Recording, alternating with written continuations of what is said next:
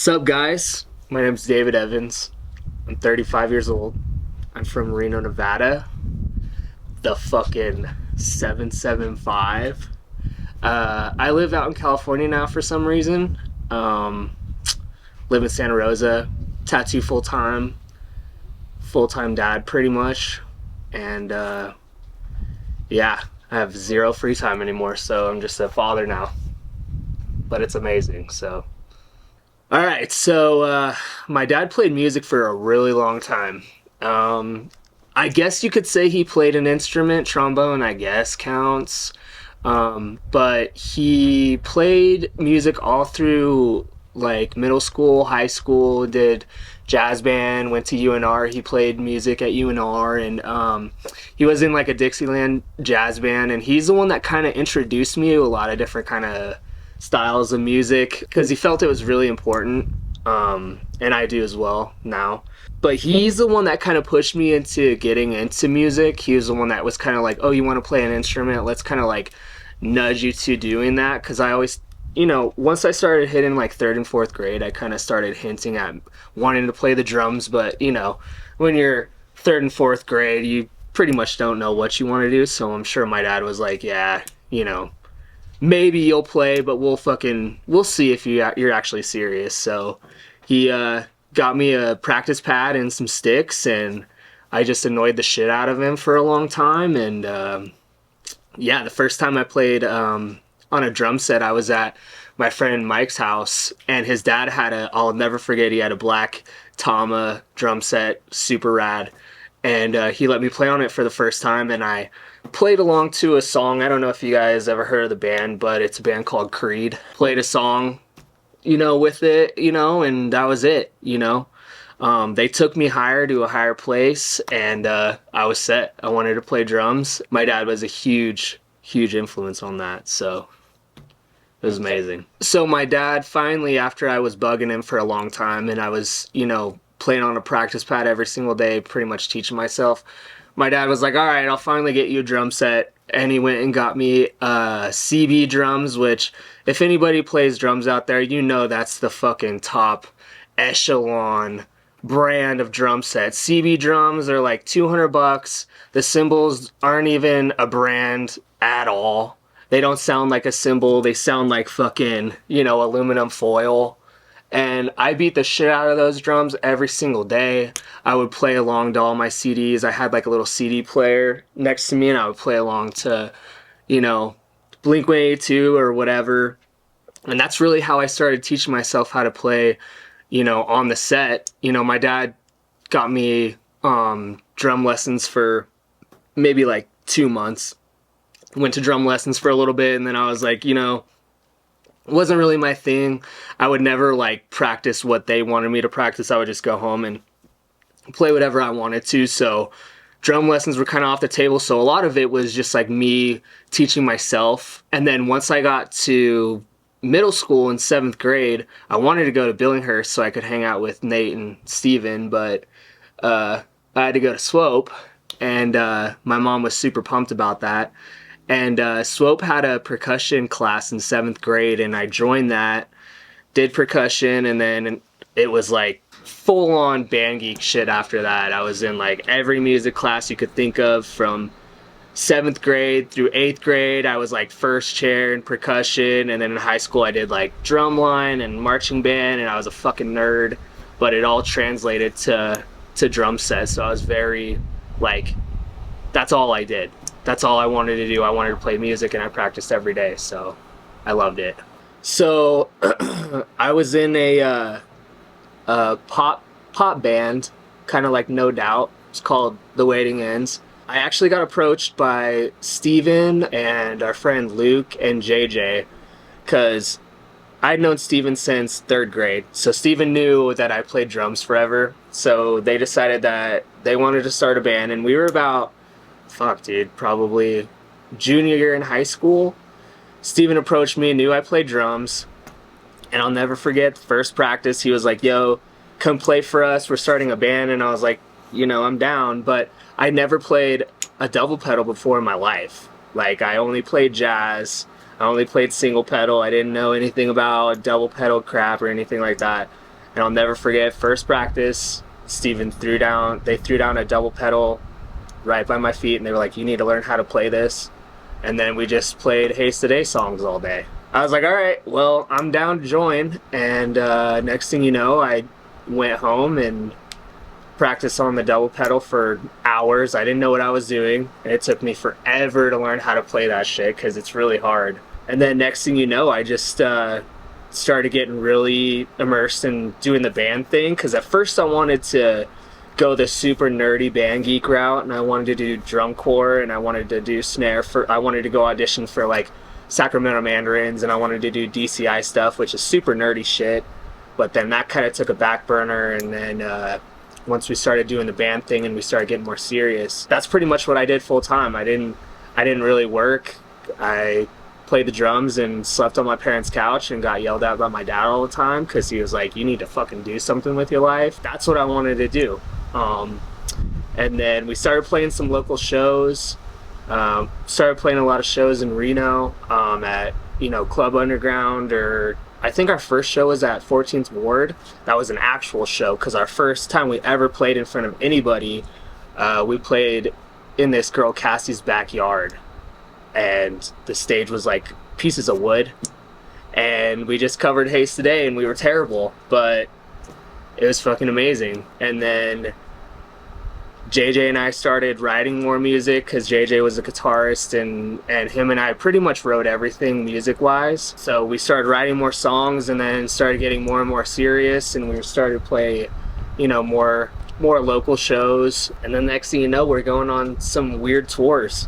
And I remember we got our first van. It was like a red van, and that was the first kind of van that we would take on tours, because before that we would rent like little U-Haul trailers. My dad rented us a U-Haul to go play in Modesto one time, and yeah, we were terrible, but it was super rad that he did that. And then we got our first van. It was a red van, and we went and recorded an EP in Sacramento. The van blew up when we were there, so we had to push it on the side of the freeway. Yeah, we still finished recording the EP. It took us a week. I laced the drums in like one fucking day, and then the rest of the week I played N64 and ate pizza and hung out with Carlos, our bassist. And it was cool because Carlos like didn't really know how to play our parts, and he played bass, so it's like wasn't really that important.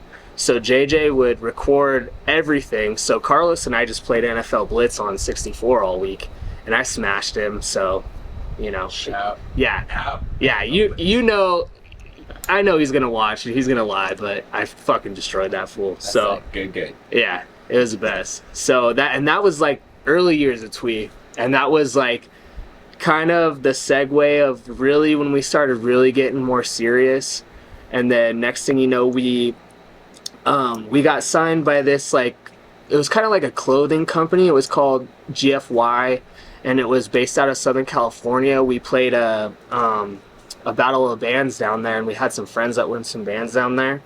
And we signed a contract on a piece of lined paper, and it was all crumpled up, and we just signed our names, and that was the fucking contract, and that was it. So after that, we started playing bigger shows, and we started going on bigger tours, and we really wanted to get on this label called Face Down, and we were really good friends with a couple bands that was on Face Down at the time. That's all we wanted to do. We wanted to play with those bands, and we wanted to get signed, and it kind of didn't really go that way. Last tour, a couple dudes quit.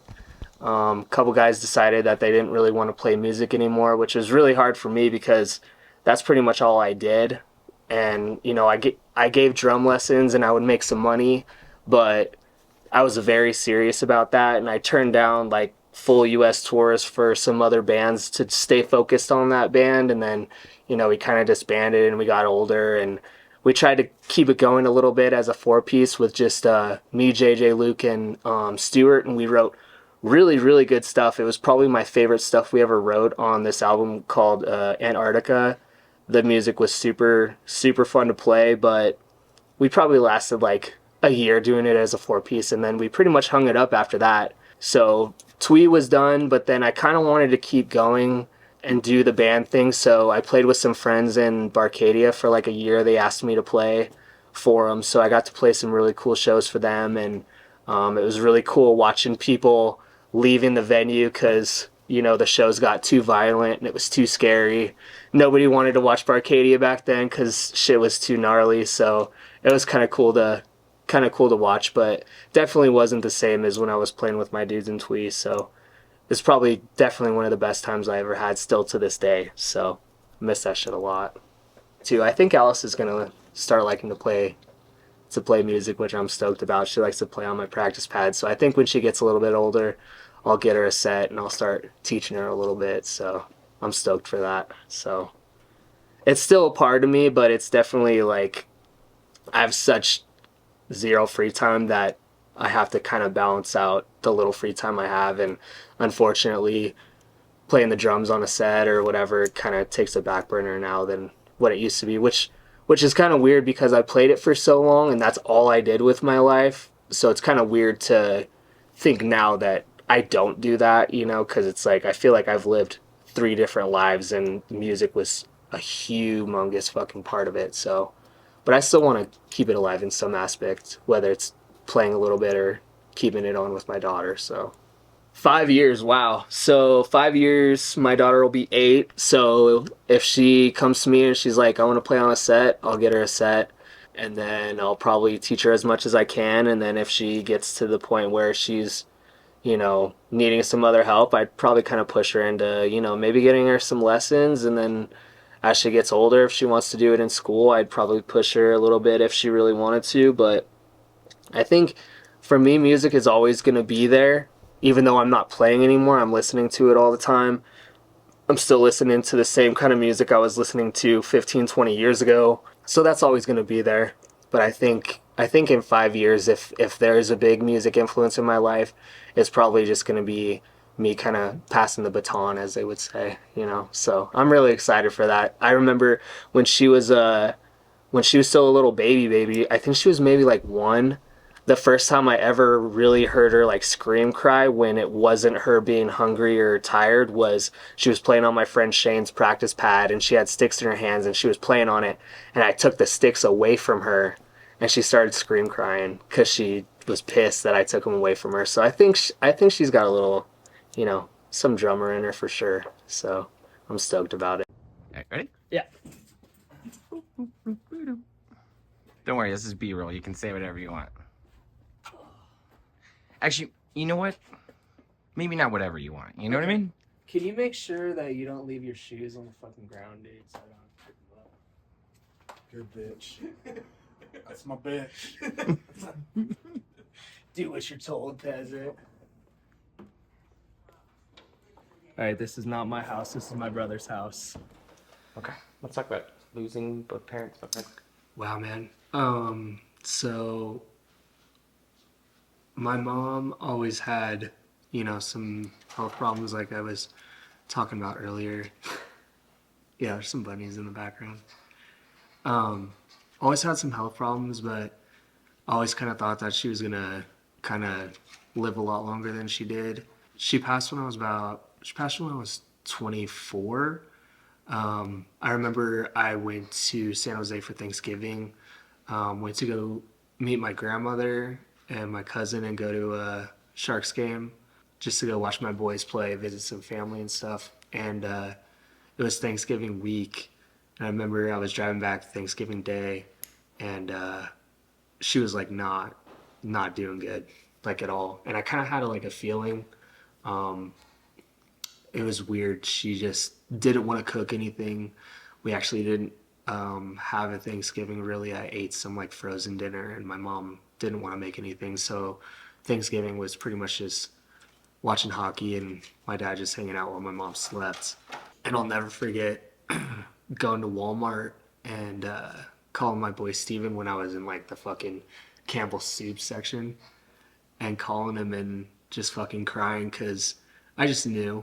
You just kind of have like a feeling that it's a little bit different because my mom had a stroke before. She'd had some, rough times with health, but this one was different for sure. I remember going back to my house and talking to my dad, and I was like, "Hey, dude, like, we need to take her to go see somebody because I don't think she's doing very well." And my dad was like, He's like, no, she's gonna be fine. We're gonna take her to the doctors on Monday. Like, we just gotta wait. And then that Monday rolls around. I remember watching hockey, and then I helped my mom into the truck, and he was taking her to her doctor's appointment, and I told her I loved her, and I was expecting to see her in a couple hours, and my dad took her to Reno Diagnostics, and I guess when he was like filling out the paperwork, my mom just like keeled over and had a heart attack, and just basically like said help me. And next thing you know, my dad's calling me, and he's like, yo, they're taking your mom to the hospital. And then he came and picked me up, and then my brother Robbie met us at Renown, and we waited in a room for a couple hours, and they were like, yeah, we don't really know, we're going to run some more tests. We stayed there all day, ate food that night, and the food was fucking exquisite. It was amazing. And then I remember them coming up, and they were like, hey, we're going to move her to the ICU, and we're going to monitor her, and you can come back tomorrow. And the way I saw that was like, oh, come back tomorrow, she's gonna be chilling, she's gonna be feeling a little bit better, and I could come visit her. And so we go back home. My brother drives back to his house, and there was like, of course, that night it was like a fucking blizzard. It was like the first big snowstorm of the year, and my brother lived far, and it took him really far to get home, and it took a long time. And I remember we go home for like 2 hours, and then my dad gets a phone call, and he's like, hey, you need to come back, she's not responding. And my brother, me, and my dad just stayed in the room with my mom, and I just sat next to her bedside, and we all stayed there with her. And it literally went from like saying I love you and her going in the truck to next thing you know, she's not waking up, and next thing you know, my mom's dead. And it yeah, I just can't even describe it, being adopted. And I was adopted when I was a baby. I was given up by my birth mom when I was like 3 months old. She didn't want me, and she gave me up and stuff. So like my mom was like my mom, and she meant everything to me. So losing her was like the worst day of my life.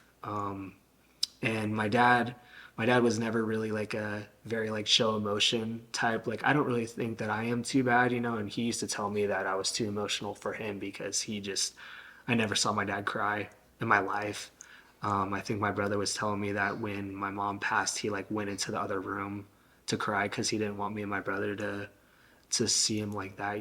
So he wasn't a very, emotional guy, and my brother and I weren't really like that towards each other. But I remember just like giving my brother the biggest hug I've ever given him, and I went into a different room, and you know cried, and cried with this lady. I didn't even know her, and it was like a prayer room, and she came and gave me a hug. And all I can remember is like the rest of that day.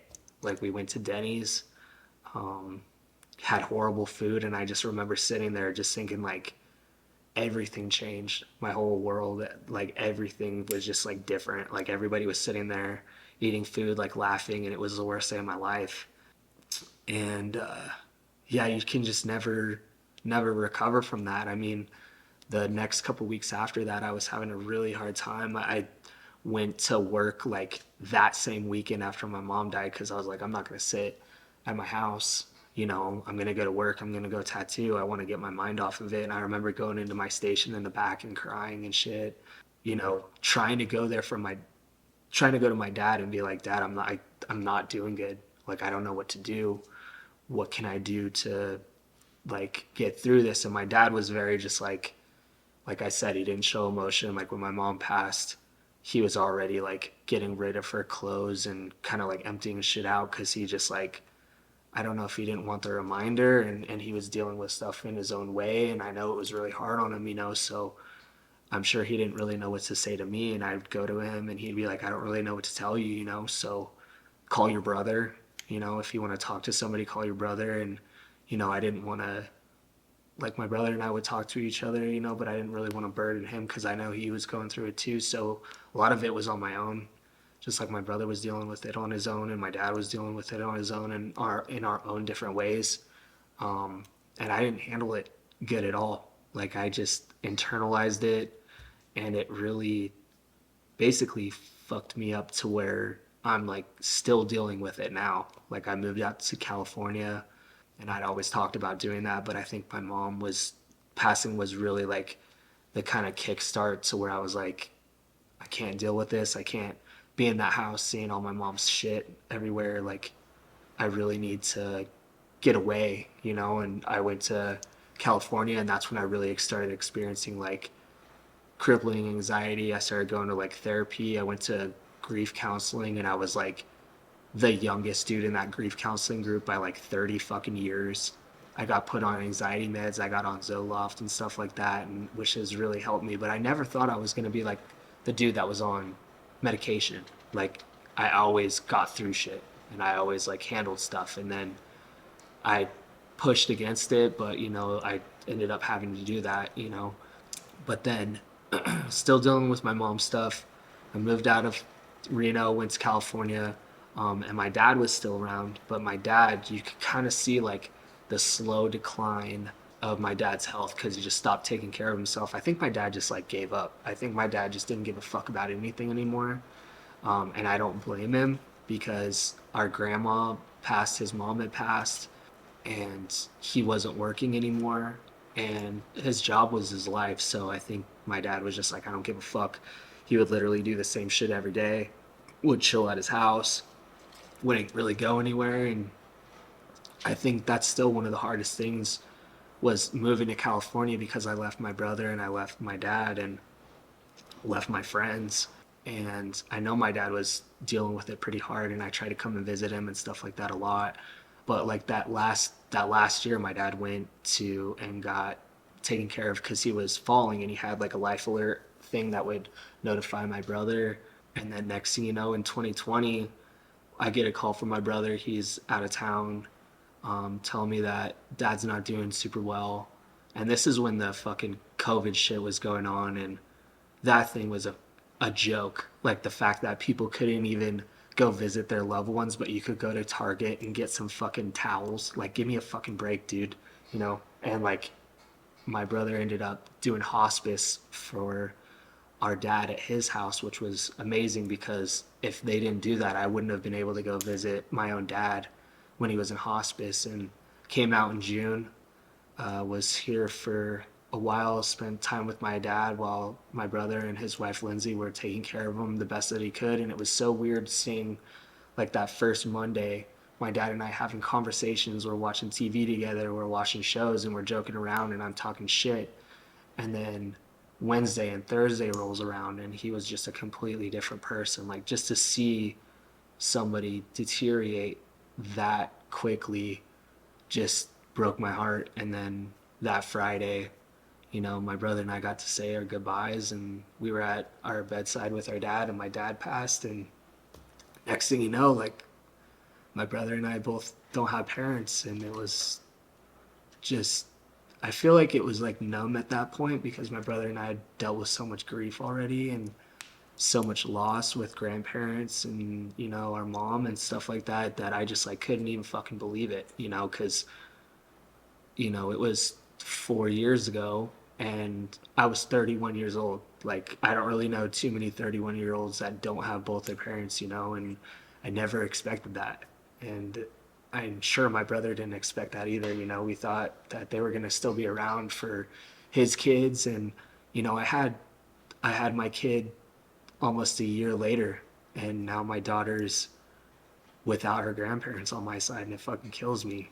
I think at the end of the day, though, having my daughter was like the best thing that ever happened to me, because it kind of showed that, you know, the grief is only going to be there for a little bit when you have much more to live for. And before I had my kid, I was just like, okay, well, my parents are gone, and I didn't know how to navigate anything because it was like I was on my own, and my brother had his family and he was killing it, and I was on my own, and I was just like, I don't have anybody parental wise to turn to if I need something. I can't call my dad and be like, hey, what advice do you have? Or I can't have my dad calling me and harassing me for $7 for a fucking Golden Gate Bridge toll that he wanted a check from, you know? So that was really hard to deal with. You know, having my daughter, like I said, was more than saved me, I would say, because I was lost. I was not doing good. I was with my daughter's mom still at the time, and we were really going through a really bad time, and we ended up splitting and filing for divorce. And that happened, and the next thing you know, I'm a single parent and dealing with that, which I never wanted to be divorced, but that's what happened because she wasn't the one for me. You know, she gave me a beautiful kid, but she wasn't the one, you know, and I was dealing with the hardest aspect of my life besides my parents. Without my parents, I couldn't turn to them. So that was probably the hardest 6 months I've ever dealt with besides losing losing them. But then I was like, all right, I don't have a choice. My parents are gone. Like my brother's 3 hours away. I have this kid. It's just me. And then next thing you know, I meet the person I'm with now. Her name's Molly. Is amazing. Definitely everything I could have asked for, and she helps me. And now I have a reason to wake up. You know, before it was okay. I tattoo. Like cool. I'm a tattooer. Like all right. There's a million fucking tattooers. Like all I wanted was to have the people I cared about back in my life. I didn't care about any financial shit I had. I didn't care about anything that had to do with any material things. Like all I wanted was my parents back, and I didn't have that, and I was fucking lost. And then next thing you know, now this is probably the happiest I've been since before all that happened.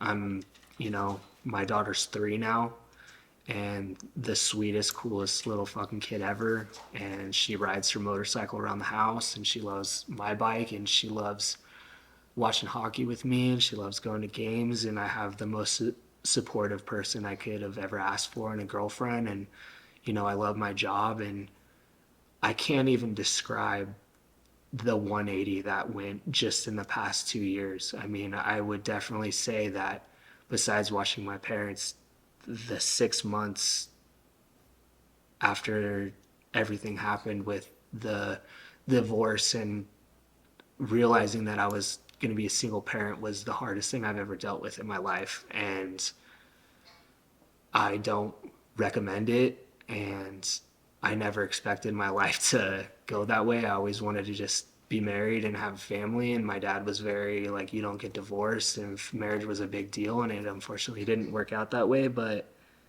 I couldn't be happier now. And all those horrible thoughts that I used to think with my parents, especially when my mom died, I think that was the lowest point I've ever felt in my life, especially when I moved out to California.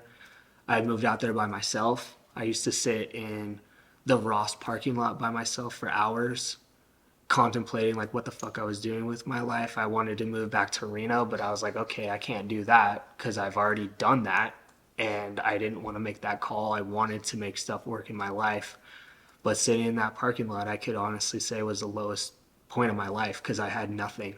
I had nobody. Like, I literally didn't want to be here anymore. And I'd never felt like that. I mean, I think losing my mom was the closest to that. But I've been at the lowest lows. I've not wanted to be here. I've felt that multiple times. I felt like nothing. I felt like I've had nothing, and I felt just just just death basically. I mean, I used to think about that shit all the time. I growing up, I never thought about dying. I never thought about death. I never thought about anything. I was just too concerned with doing the shit that I wanted to do, playing music, doing all the fun stuff. And then after being there and experiencing it and being there in person, like you really start to think like, what the fuck is anything anymore, you know? So I've been at the lowest points that somebody could feel, you know, and I was dealing with that sober. So I never thought I would be somebody that would ever get to the levels that I've gotten to in my life. Things always, for some strange reason, used to work out, and they still do. They work out for me, which is amazing. I definitely have people looking over for me. There's been times where I've never wanted to live ever again. There's been multiple times where I've sat and thought about, you know, not being here, and it's a scary thought, especially when you don't think about things like that, you know? At the end of the day, what I've learned in my life, especially from my father and especially from my brother, is like, no matter how hard shit is, you have to handle business and you have to deal with it in the way that you have to deal with it, but you just have to keep going no matter how hard it is. No matter how low you feel, at the end of the day, you know, you're just so lucky to be here and so lucky to be alive. And there's so many people that wish that they could be in my situation or anybody's situation that is, you know, blessed with a lot of things, because a lot of people don't have those things. And now my whole sole purpose in life is just to be strong for my daughter and to just give her the best life that you could ever give a kid, and just teach her everything that I learned about staying strong and getting through things and having thick skin and being able to talk shit and being able to just, you know, live the way that you want to and not the way that somebody else wants you to think for yourself. Nothing is going to take that away from me now. And anybody that's struggling with, you know, loss or a divorce or anything like that, I'm living proof. I mean, fuck, dude. I barely graduated high school. I went to fucking Washoe continuation school. My teacher at Washoe said I was the worst kid he had in 30 years, me and my friend Jose. I mean, in all metrics, I should be not doing good. You know, like losing parents, like dealing with shit, my dad having getting cancer and grandparents dying and, you know, divorce and single parent and all sorts of shit. Like I know so many people that are living under a fucking bridge for way less than that. And I think at the end of the day, it's a choice. Like you choose to not let your struggles and horrible things define your life, and you choose to do what's necessary to get through it, because that's pretty much all you can do. Either you're just going to quit and you're just going to give up and you're just going to let those horrible thoughts fucking get to you, or you're going to pick yourself back up and be like, I've gone through the hardest things in life. Like nothing else can phase me. Like my brother and I watched our parents fucking die right in front of our face. That was the hardest thing I've ever dealt with in my life. I've dealt with getting divorced. I've dealt with all that shit. And I'm never going to let that define me. I'm never going to let that beat me. And that's what my words for anybody that's struggling would be, to just not let the bad shit define you and just know that you can get through it. And, you know, if I could give any words for Alice or any of my friends that's going through it, you know, it's the same thing. Like, in all instances I shouldn't be here, but I am, because I refuse to go down like that. I'm not going to go out like that, and I don't want any of you guys to either. So my best advice would just to talk to as many people as you can. I've definitely learned that. I try to talk to my friends about the hard shit that I wouldn't talk to them about before, and it would just eat me up inside and it wouldn't do anything except for make me feel worse. And now I just try to talk. I try to get out things that I'm feeling. I try to talk to my girlfriend Molly, and she's amazing with supporting me. So if anybody has any support on anything they're going through, another advice, just to reach out as much as you can, because holding it in, it's not going to do shit. You're going to feel horrible. You're going to feel terrible. You're going to make it worse. It's not going to change anything. So just learn how to, you know, really grow, get yourself out there, love yourself, know that God loves you and your family loves you and your friends love you. So just get through it. And thank you so much for listening. I really hope that you enjoyed some of my stories. So thanks, guys. I'm David Evans, and this should not work.